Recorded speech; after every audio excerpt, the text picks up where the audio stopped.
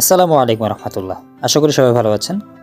আমি যাচ্ছি চন্দনাইশ, আমার বন্ধু মুজাহিদের বড় ভাইয়ের শ্বশুরবাড়ি।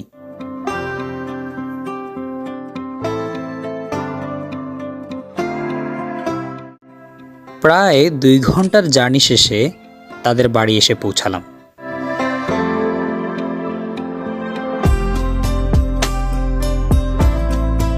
তারা আমাদের ফুল দিয়ে বরণ করে নিয়েছে। দুঃখজনক বিষয় হলো তা ভিডিও করতে পারলাম না। এরপর আমাদের জন্য হালকা নাস্তার আয়োজন করা হলো। নাস্তা শেষে আমরা জোহরের নামাজ আদায়ের জন্য পাশের একটি মসজিদে গিয়েছিলাম, কারণ আমরা যেতে যেতে জোহরের ওয়াক্ত হয়ে গিয়েছিল। নামাজ আদায় শেষে আমরা আবারও ফিরে যাই তাদের বাড়িতে এবং দেখতে পাই যে আমাদের জন্য খাবারের আয়োজন করা হয়েছে। বড় ভাইয়ের শ্বশুরবাড়ির লোকেরা এত পরিমাণ খাবারের আয়োজন করেছে যে মনে হলো বুফে খেতে এসেছি। আমাদের মুজাহিদ ভাই তো কবজি ডুবিয়ে খেয়েছে। Till it's cool, just cool, into the mouth. Nice. খাবার দাবার শেষে আমরা সিদ্ধান্ত নিলাম যে তাদের আশেপাশের এলাকাটি ঘুরে দেখব।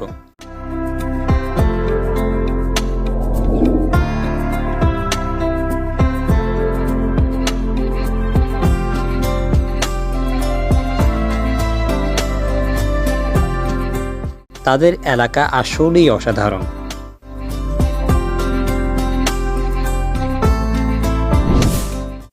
খালি মাঠগুলোতে বাচ্চা কাচ্চারা খেলছিল।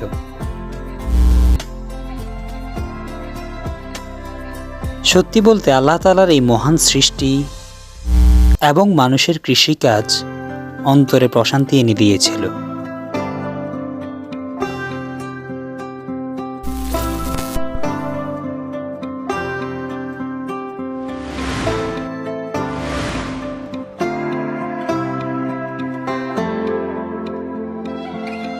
সব মিলিয়ে সত্যিই অসাধারণ ছিল।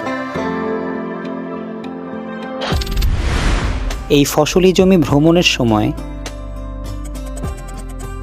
আমি তারেক ছিলাম, ছিল বন্ধু মুজাহিদ, সাথে তার বড় ভাই জিহাদ এবং জিহাদ ভাইয়ের সম্বন্ধী ও ছোট বোন জামাতা। যদিও জিহাদ ভাইয়ের শ্বশুরবাড়িতে তার প্রায় সব পরিবারের সদস্য ঘুরতে এলেও এই ফসলি জমি বা আশপাশের এলাকা ঘুরতে আমরা শুধু কয়েকজনই ছিলাম। সংক্ষিপ্ত এই ভ্রমণ শেষে আসরের নামাজের পর আমরা চন্দনাইশ থেকে চট্টগ্রাম ফেরার জন্য রওনা হই। আসার সময় সবাই একসঙ্গে এলেও ফেরার পথে ভাবিকে আমরা সঙ্গে নিয়ে যাচ্ছিলাম, কারণ মূলত ভাবিকে আনতেই আমাদের এই যাওয়া। তাদের প্রচলিত রীতিনীতির অংশ হিসেবে ভাবির সঙ্গে অনেক উপঢৌকন দেওয়া হয়েছিল।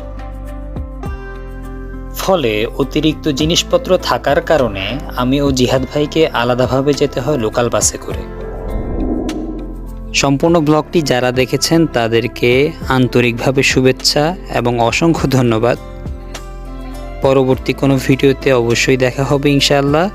সেই প্রত্যাশায় আল্লাহ হাফেজ।